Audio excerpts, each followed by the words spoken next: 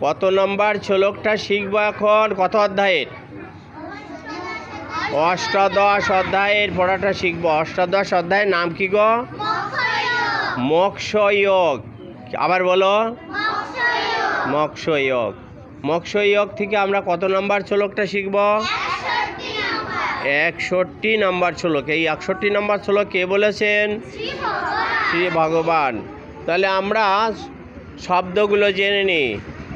ঈশ্বর সর্বভূতানাং হৃদ্দেশে অর্জুন তিষ্ঠতি ব্রাহ্ময়ং সর্বভূতানি যন্ত্র আরূঢ়ানি মায়া। ঈশ্বর সর্বভূতানাং হৃদ্দেশে অর্জুন তিষ্ঠতি ব্রাহ্ময়ং সর্বভূতানি যন্ত্র আরূঢ়ানি মায়া। আমরা অনুষ্টাপ ছন্দে যদি শ্লোকটা পাঠ করি কি হবে? ঈশ্বর সর্বভূতানাং। আরেকবারও বলো, হৃদ্দেশে অর্জুন তিষ্ঠতি। আরেকবারও বলো, ব্রাহ্ময়ং সর্বভূতানি। আরেকবার বলো, যন্ত্র আরূঢ়ানি মায়া।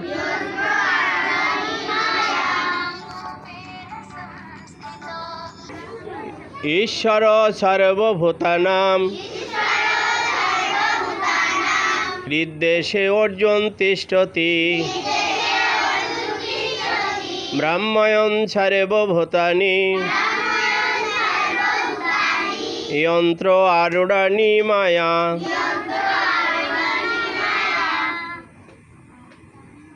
শ্রী ভগবান বললেন, হে অর্জুন, ঈশ্বর সমস্ত জীবের হৃদয়ে অবস্থিত। তিনি নিজ মায়ার দ্বারা যন্ত্রে আরোহণ করিয়ে পুতুলের ন্যায় তাদেরকে চালিত করেন।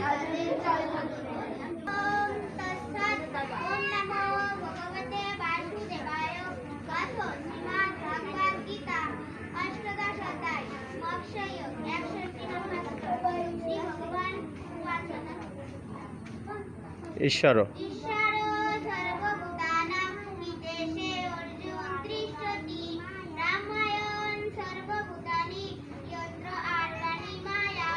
অষ্টাদশ অধ্যায় মোক্ষযোগ 61 নম্বর শ্লোক। ঈশ্বর সর্বভূতানাং হৃদ্দেশে অর্জুন তিষ্ঠতি ব্রাহ্ময়ং সর্বভূতানি যন্ত্র আরূঢ়ানি মায়া।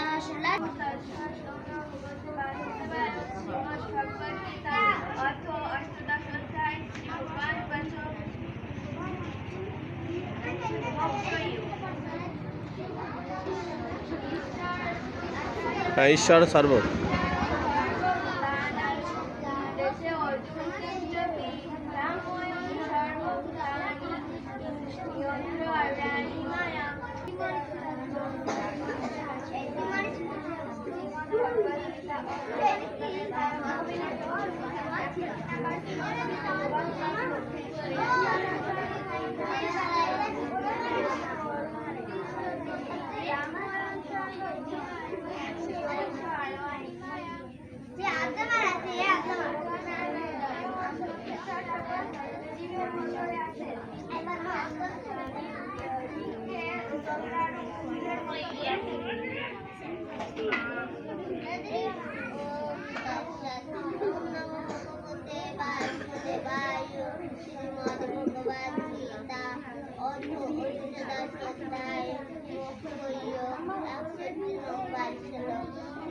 Vamos